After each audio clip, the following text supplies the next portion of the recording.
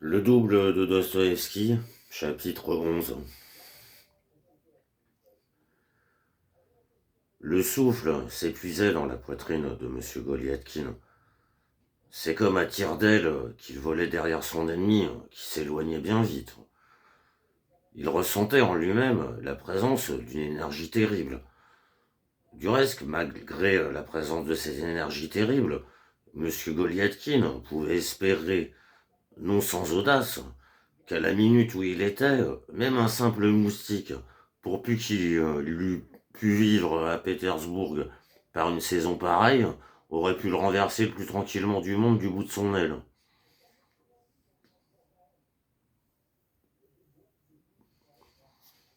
Il ressentait également qu'il s'était effondré, qu'il n'avait plus la moindre force, que ce qu'il portait, c'était une force absolument particulière, absolument étrangère, que ce n'était pas du tout lui-même qui marchait, et qu'au contraire, ses jambes flageolaient, qu'elles refusaient de le servir.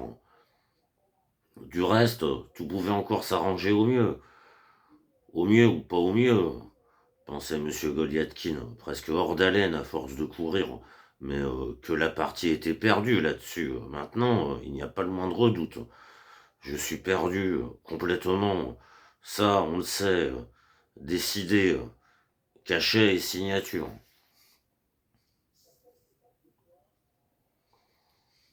En dépit de tout cela, notre héros, en dépit de tout cela, notre héros fut comme ressuscité d'entre les morts, se sentit comme s'il avait gagné une bataille rangée, comme s'il avait arraché une victoire quand il lui échut de se raccrocher au manteau de son ennemi, lequel mettait déjà un pied dans le traîneau d'un cocher qu'il venait de héler.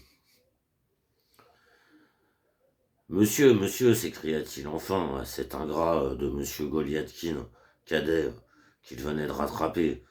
Monsieur, j'espère que vous...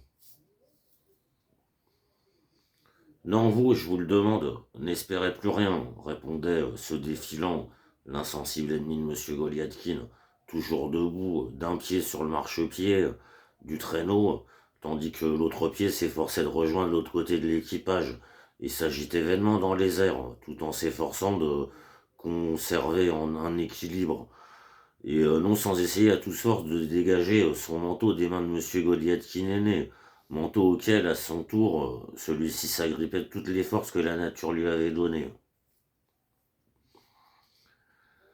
Yakov Petrovitch, seulement 10 minutes. Pardonnez-moi, je n'ai pas le temps. Accordez-moi vous-même, Yakov Petrovitch, s'il vous plaît, Yakov Petrovitch. Au nom du ciel, Yakov Petrovitch. N'est-ce pas s'expliquer sur un pied de franchise. Une petite seconde, Yakov Petrovitch. Mon mignon, pas le temps, répondit avec une indécente familiarité, mais avec un air de bonté débonnaire, le faussement honnête ennemi de M. Goliathkin. À un autre moment, croyez-moi, du fond de l'âme et le cœur sur la main. Mais en ce moment, je vous jure, non. Crapule, se dit notre héros. Yakov Petrovitch, s'écria-t-il avec angoisse, je n'ai jamais été votre ennemi. De méchantes gens m'ont injustement calomnié. De mon côté, je suis prêt. Yakov Petrovitch, vous voulez, vous et moi, Yakov Petrovitch, on s'arrête 2 secondes ici. Et là, le cœur sur la main, comme vous venez justement de le dire, et parlons d'une langue sans mensonge, honnête, ici, dans ce café, là, tout s'expliquera de soi-même, voilà, Yakov Petrovitch. Là, tout s'expliquera absolument, de soi-même. Le café, fort bien, je n'ai rien contre.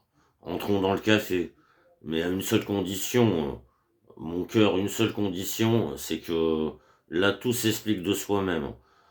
N'est-ce pas? Voilà mon petit chou, marmonna monsieur Goliathkin cadet, descendant du traîneau et tapotant avec quelque indécence l'épaule de notre héros. Mon vieux copain, pour toi, Yakov Petrovitch, je suis prêt aux petites ruelles. Entre parenthèses, comme vous l'avez bien justement remarqué, au temps jadis, Yakov Petrovitch, fermez la parenthèse. Point. Mais quel filou celui-là, je vous jure, les gens, il vous en fait ce qu'il veut, continuait le faux ami de monsieur Goliathkin, en tournoyant et se contorsionnant autour de lui. Le café éloigné des grandes rues dans lesquelles entrèrent les deux messieurs, les deux messieurs Goliathkin, le café éloigné des grandes rues dans lequel entrèrent les deux messieurs Goliathkin était à ce moment-là entièrement vide. Une Allemande assez grosse apparut au comptoir, sitôt qu'on entendit le tintement de la clochette. Monsieur Goliathkin et son indigné ami passèrent dans la seconde pièce où un serveur joufflu et tondu à la brosse s'affairait avec un fagot de rami auprès du poêle, s'efforçant de ranimer le feu qui s'éteignait. À la demande de monsieur Goliathkin cadet, on servit du chocolat. Pas moi, la bonne femme, prononça monsieur Goliathkin cadet, avec un clin d'œil filou adressé à monsieur Goliathkin aîné. Pas mal, la bonne femme, prononça monsieur Goliathkin cadet, avec un clin d'œil filou adressé à monsieur Goliathkin aîné. Notre héros rougit et garda le silence.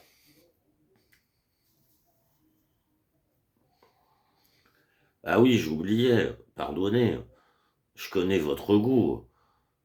Nous, mon bon monsieur, ce qui nous botte, c'est les plans chapins d'Allemagne.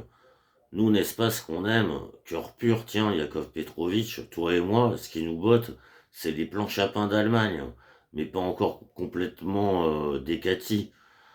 On leur loue un appartement, on débauche leur moralité, on leur consacre notre cœur, on leur signe toutes sortes de papiers pour la bière soupe et puis pour la milch soupe. Voilà ce qu'on fait, espèce, tiens, de faux blas, espèce de traître.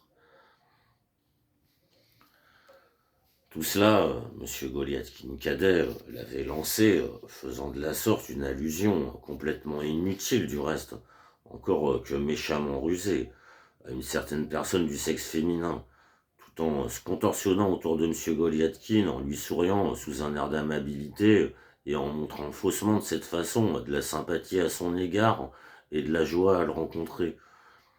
Remarquant pourtant que monsieur Goliathkin aîné était loin d'être aussi bête, et qu'il n'était pas privé d'instruction et des manières du bon ton au point de le croire tout de suite, l'homme malhonnête se décida à changer de tactique et à mener l'affaire sur un pied de franchise.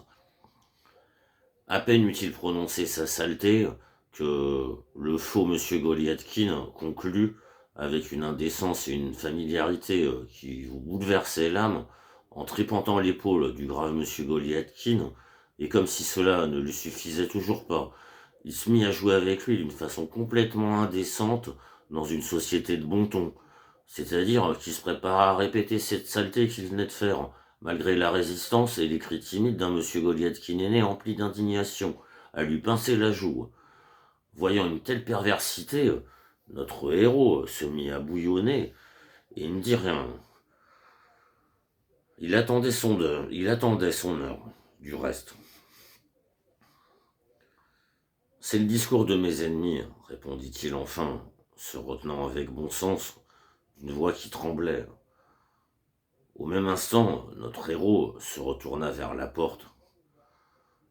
Le fait est que M. Goliathkin cadet était visiblement d'une humeur excellente et tout prêt à se lancer dans toutes sortes de plaisanteries inacceptables dans un lieu public et en général inadmissibles selon les codes du monde, et particulièrement dans une société de bon ton. Ah bon, en ce cas, comme vous voulez, répliqua sérieusement monsieur Goliathkin cadet à la pensée de monsieur Goliathkin aîné, reposant sur la table la tasse de chocolat vidée avec une indécence avidité. Bon, enfin, je n'ai pas des heures à vous consacrer, remarquez. Bon, et comment ça va maintenant la vie, Yakov Petrovitch? Je peux juste vous dire une chose, Yakov Petrovitch, répondit notre héros avec dignité et sang-froid. Je n'ai jamais été votre ennemi. Bon, et Petrouchka, comment déjà? C'est Petrouchka, n'est-ce pas? Oui. Et lui, ça va, comme d'habitude. Lui aussi, il va comme d'habitude, Yakov Petrovitch, répondit un monsieur Goliathkin aîné, quelque peu stupéfait. Je ne sais pas, Yakov Petrovitch. De mon côté, un côté noble et franc, Yakov Petrovitch, accordez-le vous-même, Yakov Petrovitch. Ouais. Mais vous savez vous-même, Yakov Petrovitch, répondit d'une voix douce et expressive monsieur Goliathkin cadet, en jouant faussement de cette façon les êtres nobles, tristes, pleins de remords et de regrets. Vous savez bien vous-même l'époque où nous vivons. Je me tournerai vers vous, Yakov Petrovitch. Vous êtes un homme intelligent, vous saurez me comprendre, conclut monsieur Goliathkin cadet, flattant bassement monsieur Goliathkin aîné. La vie, c'est une chose sérieuse. Vous le savez bien, Yakov Petrovitch, conclut mystérieusement monsieur Goliathkin cadet, en faisant semblant ainsi d'être un homme intelligent et plein de science qui aurait été capable de raisonner sur des sujets élevés. De mon côté, Yakov Petrovitch, répondit notre héros avec animation, de mon côté, méprisant les voies de traverse et parlant franchement, ouvertement, parlant une langue droite et noble, et mettant toute la chose sur un pied d'honnêteté, je vous dirais, je peux affirmer, je peux affirmer ouvertement et noblement, Yakov Petrovitch, que je suis complètement pur, et que vous le savez bien, Yakov Petrovitch, une erreur réciproque, tout est possible. Le jugement du monde, les opinions d'une foule servile. Je parle sincèrement, Yakov Petrovitch, tout est possible. Je vous dirais encore, Yakov Petrovitch, si l'on y réfléchit, si l'on regarde l'affaire avec noblesse et élévation, je vous dirais franchement, je vous le dirais sans fausse pudeur, Yakov Petrovitch, qu'il me sera même agréable de découvrir que je faisais erreur. Vous le savez bien, vous êtes un homme intelligent et qui plus est plein de noblesse, sans honte, sans fausse honte. Je suis prêt à le confesser, conclut notre héros avec noblesse et dignité. Le sort, le destin, Yakov Petrovitch. Mais laissons tout ça, prononça, non sans un soupir, monsieur Goliathkin cadet. Employons plutôt les brèves minutes de notre rencontre à une conversation plus utile et plus agréable, comme il siérait entre collègues. Vraiment, je ne sais pas, de tout ce temps, je n'ai jamais eu le temps de vous dire deux mots, mais ce n'est pas ma faute, Yakov Petrovitch. Ni la mienne, l'interrompit notre héros avec fougue, ni la mienne. Mon cœur me dit, Yakov Petrovitch, que cela, ce n'est pas ma faute. Accusons le destin de tout, Yakov Petrovitch, ajouta monsieur Goliathkin aîné d'un ton parfaitement conciliant. Sa voix se mettait peu à peu à faiblir et trembler. Eh bien, et la santé, ça va en général demanda l'égaré d'une voix douce. Je toussote un petit peu, répondit notre héros encore plus doucement. Prenez garde, maintenant avec les vents qui soufflent, ce n'est pas compliqué d'attraper une angine, et moi, je vous l'avoue, j'ai commencé à mettre des flanelles. C'est vrai, Yakov Petrovitch. C'est vrai, n'est-ce pas, que ce n'est pas compliqué d'attraper une angine, Yakov Petrovitch, prononça notre héros après un silence modeste. Yakov Petrovitch, je vois que je me trompais. Je repense avec émotion à ces minutes heureuses que nous avons eu la chance de vivre sous mon toit pauvre, mais j'ose le dire, accueillant. Dans votre lettre, remarquez, vous écriviez autre chose, prononça, non sans un léger reproche, l'absolument juste, du reste, juste seulement de ce point de vue-là, monsieur Goliathkin cadet. Yakov Petrovitch, je me trompais. Je vois clairement à présent que je me trompais dans cette malheureuse lettre, Yakov Petrovitch. Je suis saisi de honte à vous regarder. Je suis saisi de honte à vous regarder, Yakov Petrovitch.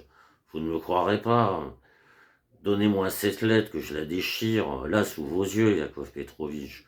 Ou bien, si c'est vraiment une chose impossible, je vous supplie de la lire à rebours complètement. C'est-à-dire exprès, avec une intention amicale, donnant un sens amical à tous les mots de ma lettre. Je me trompais. Pardonnez-moi, Yakov Petrovitch, tout à fait. Je me trompais douloureusement, Yakov Petrovitch. Vous dites, demanda d'une voix assez distraite et indifférente l'ami-menteur de M. Goliathkin aîné. Je dis que je me trompais complètement, Yakov Petrovitch, et que de mon côté, c'est absolument sans fausse honte que... Ah bon, c'est bien, c'est très bien que vous vous trompiez, répondit grossièrement M. Goliathkin cadet. Même Yakov Petrovitch, j'avais une idée, ajouta noblement notre héros sincère, qui ne remarquait pas du tout le terrible mensonge de son faux ami.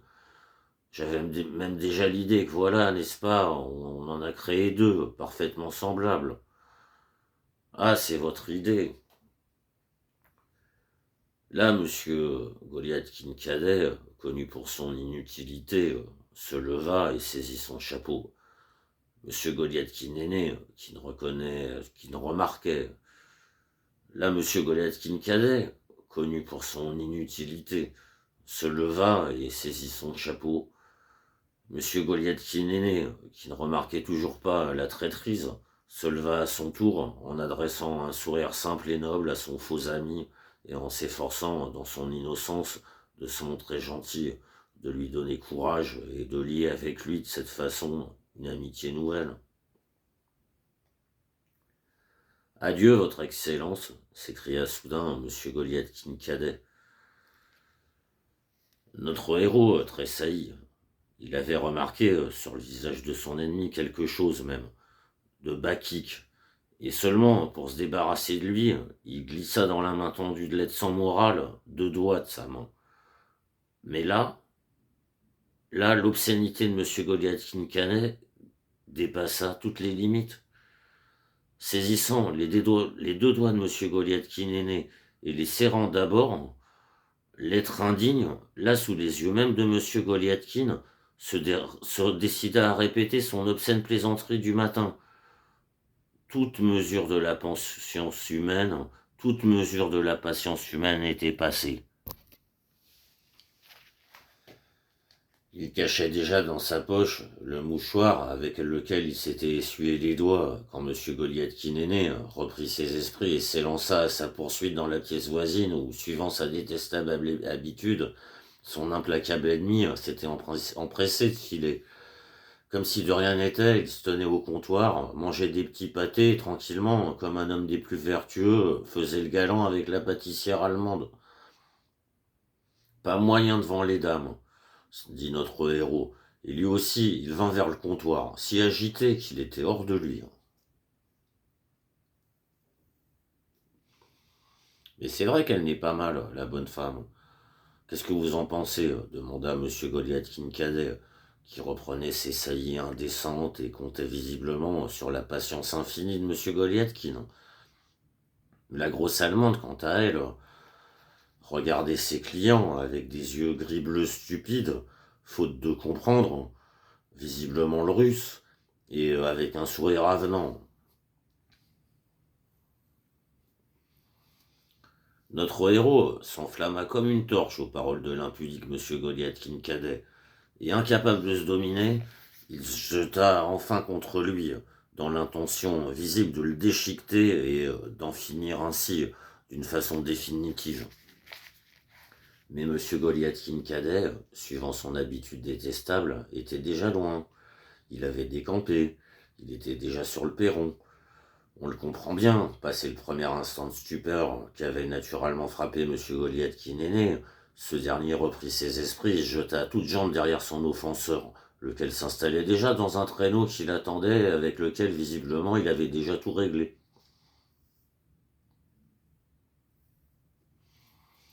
Mais à ce même instant, la grosse Allemande, voyant la fuite de ses 2 clients, poussa un cri et agita sa clochette de toutes ses forces. Notre héros, presque sans s'arrêter, se retourna, lui jeta de l'argent pour lui et pour cet homme indécent qui partait sans payer, sans demander sa monnaie. Et malgré ce retard, il eut le temps, même s'il a encore tout été fait au vol, de saisir son ennemi.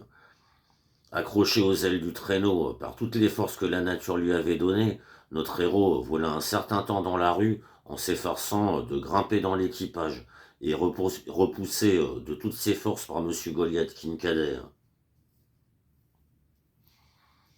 Le cocher, pendant ce temps, à coups de fouet, avec ses rênes et ses pieds et ses paroles, poussait sa rosse épuisée, laquelle rosse, d'une façon tout à fait inattendue, se lança au galop, mordant sa bride et ruant dans les brancards, suivant sa détestable habitude, toutes les trois foulées.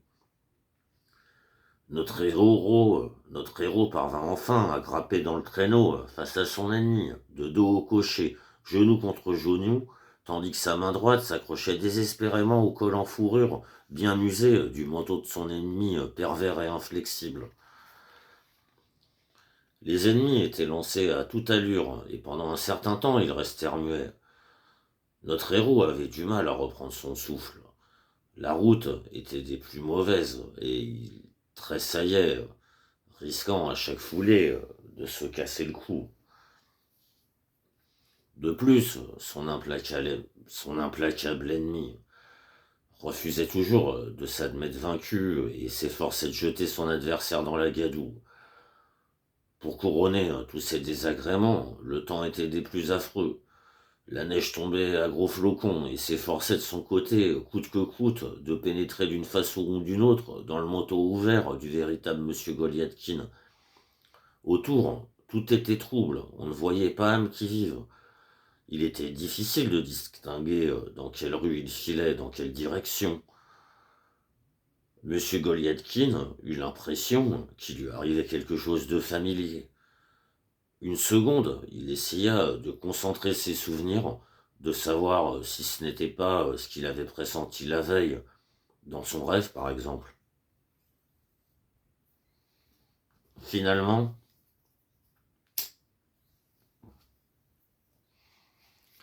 son angoisse toucha au dernier degré de l'agonie. Se jetant sur son ennemi impitoyable, il chercha à crier, mais son cri s'étouffait sur ses lèvres. Il y eut une minute où M. Goliathkin oublia tout et décida que tout cela, ce n'était rien, que c'était juste comme ça, d'une façon ou d'une autre, que cela se faisait d'une façon inexplicable et que protester suite à cette occasion aurait été une chose inutile, complètement perdue d'avance. Mais brusquement, au même moment où notre héros en venait à cette conclusion, une sorte de chaos imprudent changea tout le cours de l'affaire. Monsieur Goliathkin, comme un sac de farine, dégringola de l'équipage et se mit à rouler. Mais brusquement, au moment même où notre héros en venait à cette conclusion, une sorte de chaos imprudent changea tout le cours de l'affaire. Monsieur Goliathkin, comme un sac de farine, dégringola de l'équipage et se mit à rouler Dieu sait où, ressentant avec une justesse absolue au moment de la chute que réellement c'était complètement en vain et à mauvais escient qu'il s'était échauffé. Il se redressa d'un bond et vit qu'ils étaient arrivés quelque part. L'équipage s'était arrêté dans une cour et au premier coup d'œil, notre héros comprit que c'était la cour de l'immeuble où habitait Olsoufi Ivanovitch. Au même moment, il remarqua que son ami avançait déjà jusqu'au perron et qu'il allait sans doute chez Olsoufi Ivanovitch. Plein d'une angoisse indescriptible, il voulut se lancer à la poursuite de son adversaire, mais par bonheur, il eut le temps, fort raisonnablement, de changer d'avis. Sans oublier de payer le cocher, M. Goliathkin se précipita dans la rue, se mit à courir de toutes ses forces où ses yeux le portaient. La neige tombait toujours à gros flocons. Il faisait toujours trouble, noir, humide. Notre héros ne marchait pas. Il volait, renversant sur son passage, à son tour. Et notre héros ne marchait pas. Il volait, renversant tout sur son passage, hommes, femmes et enfants, et rebondissait lui-même à son tour sur les femmes, les hommes et les enfants. Autour de lui, on entendait des propos apeurés, des cris, des hurlements. Mais M. Goliathkin, semblait-il, n'avait plus sa conscience. Il ne voulait plus faire attention à personne. Il revint à lui, du reste, déjà au pont Semyonovski, et encore seulement parce qu'il venait d'accrocher un peu maladroitement et de renverser deux femmes, deux marchandes ambulantes dont on ne savait trop quoi, et en même temps de s'étaler lui-même. Ce n'est rien, se dit M. Goliathkin, tout ça peut encore et comment s'arranger pour le mieux. Et tout de suite, il fourra sa main dans sa poche, voulant s'acquitter pour un rouble d'argent de ce qu'il avait renversé. Gâteaux, pommes, pois cassés et Dieu sait quoi. Soudain, une lumière nouvelle se fit en M. Goliathkin. Au fond de sa poche, il palpa la lettre que le matin, le secrétaire lui avait donnée. Se souvenant entre autres qu'il connaissait une taverne tout près, il fit un détour vers la taverne, s'installa sans perdre une minute à une table éclairée par une chandelle de suif, et sans plus faire attention à rien, sans écouter le serveur qui attendait sa commande, il brisa le cachet et il lut ce qui suit, et qui acheva de le bouleverser. Être plein de noblesse, souffrant pour moi et à jamais cher à mon cœur. Je souffre, je me meurs. Sauve-moi, un calomniateur, un intrigant, un homme connu pour l'inutilité de ses penchants, m'a pris dans ses rêtes, et je me meurs.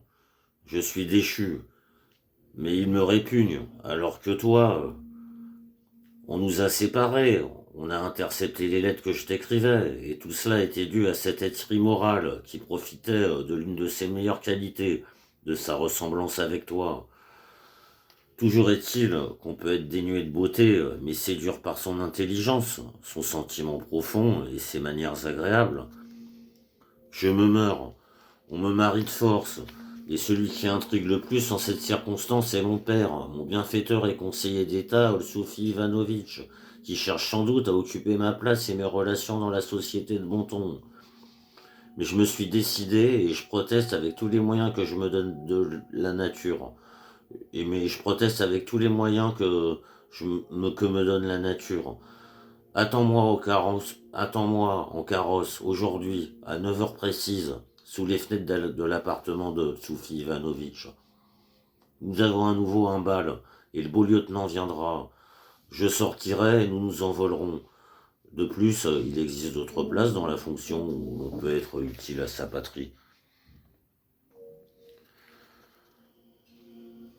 De toute façon, souviens-toi, mon ami, que l'innocence est forte déjà de son innocence même. Adieu. Attends en carrosse sous le portail, je me jetterai sous la protection de tes étreintes à 2 heures précises du matin. À toi jusqu'au tombeau. Clara Olsoufievna.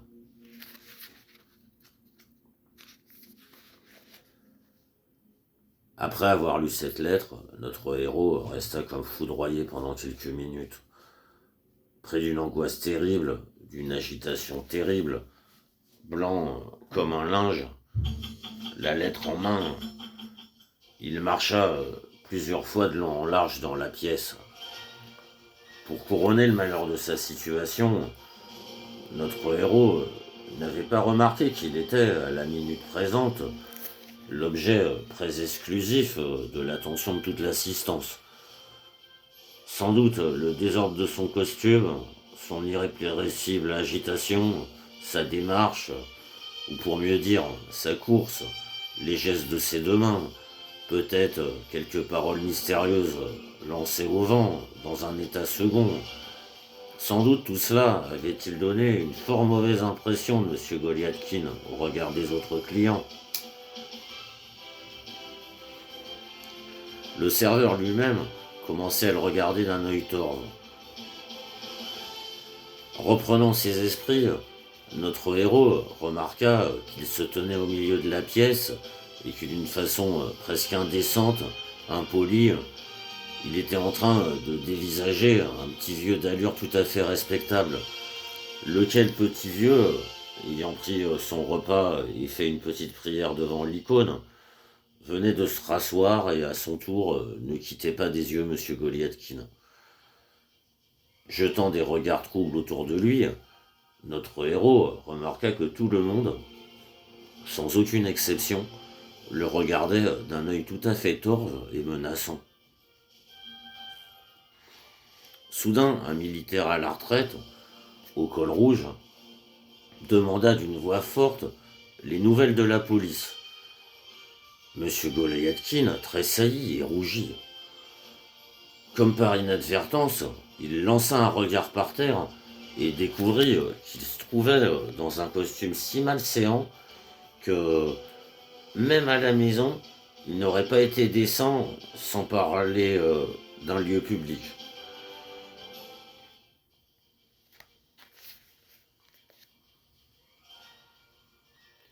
Les bottes, le pantalon et tout le côté gauche étaient couverts de boue. Son sous-pied droit était arraché et son frac même déchiré à plusieurs endroits. Plein d'une angoisse insondable, notre héros s'approcha de la table à laquelle il avait lu et vit que le serveur s'approchait de lui avec une expression étrange, pleine d'insistance et de défi. Pendant tous ces moyens, complètement accablé, notre héros se met à examiner la table à laquelle il s'était assis. Sur la table, il y avait des assiettes sales d'un repas, une serviette souillée et un couteau, une fourchette, une cuillère qu'on venait juste d'utiliser traînait. Qui est-ce donc qui a mangé se demanda notre héros. Pas moi quand même. Bah, tout est possible. J'ai mangé, bon, je n'ai rien remarqué. Mais comment je peux vivre? Relevant les yeux, M. Goliathkin revit le serveur auprès de lui et le serveur s'apprêtait à lui adresser la parole. Combien je te dois, mon brave demanda notre héros d'une voix frissonnante. Un rire sonore éclata autour de M. Goliathkin. Le serveur lui-même se permit un ricanement. M. Goliathkin comprit qu'il venait de faire une bourde, qu'il avait fait, il ne savait trop quelle bêtise terrible. Comprenant tout cela, il en fut si confus qu'il se sentit obligé de fourrer sa main dans sa poche à la recherche de son mouchoir, sans doute pour en faire quelque chose, ne pas rester comme ça. Mais à sa stupeur indescriptible et à la stupeur de toute l'assistance, il en sortit non pas son mouchoir, mais un flacon d'une sorte de médicament, celui que 4 jours auparavant lui avait prescrit Christian Ivanovitch. Les remèdes chez le même apothicaire, se sentit penser M. Goliathkin dans un éclair.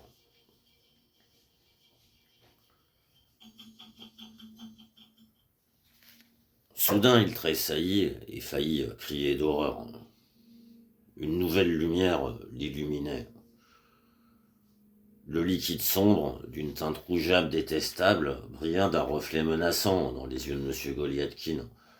La fiole s'échappa de ses mains et se brisa net. Notre héros poussa un cri et bondit de 2 pas en arrière, se protégeant du liquide renversé. Il tremblait de tous ses membres. La sueur ruisselait sur ses tempes et sur son front. Donc c'est la vie qui est en danger. Entre-temps, il y avait du mouvement dans la pièce, de l'agitation. Tout le monde entourait M. Goliathkin. Tout le monde parlait à M. Goliathkin. Certains même saisissaient M. Goliathkin. Certains même saisissaient M. Goliathkin. Mais notre héros restait muet et immobile. Il ne voyait rien, n'entendait rien, il ne ressentait rien. Enfin, comme s'il s'arrachait de sa place, il se précipita hors de la taverne, se fraya un passage à coups de coude parmi tous ceux qui s'efforçaient de le retenir, tomba presque évanoui dans le premier équipage qui se présenta et vola jusqu'à chez lui.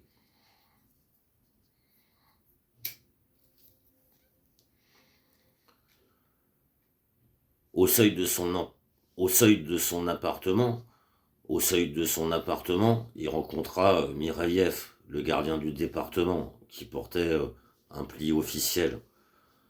Je sais, mon ami, je sais tout, répondit d'une voix faible, angoissée, notre héros épuisé. C'est officiel. Le pli de fait contenait un ordre à M. Goliathkin, signé par Andrei Filipovitch, de céder les affaires dont il était chargé à Ivan Semyonovitch. Prenant le pli et tendant une pièce au gardien, M. Goliathkin entra dans son appartement et vit que Petrouchka préparait et rangeait en un tas son Bataclan, toutes ses affaires, parce qu'il devait avoir l'intention de laisser M. Goliathkin et de déménager chez Karolina Ivanova, qu'il avait engagée pour remplacer Evstafi.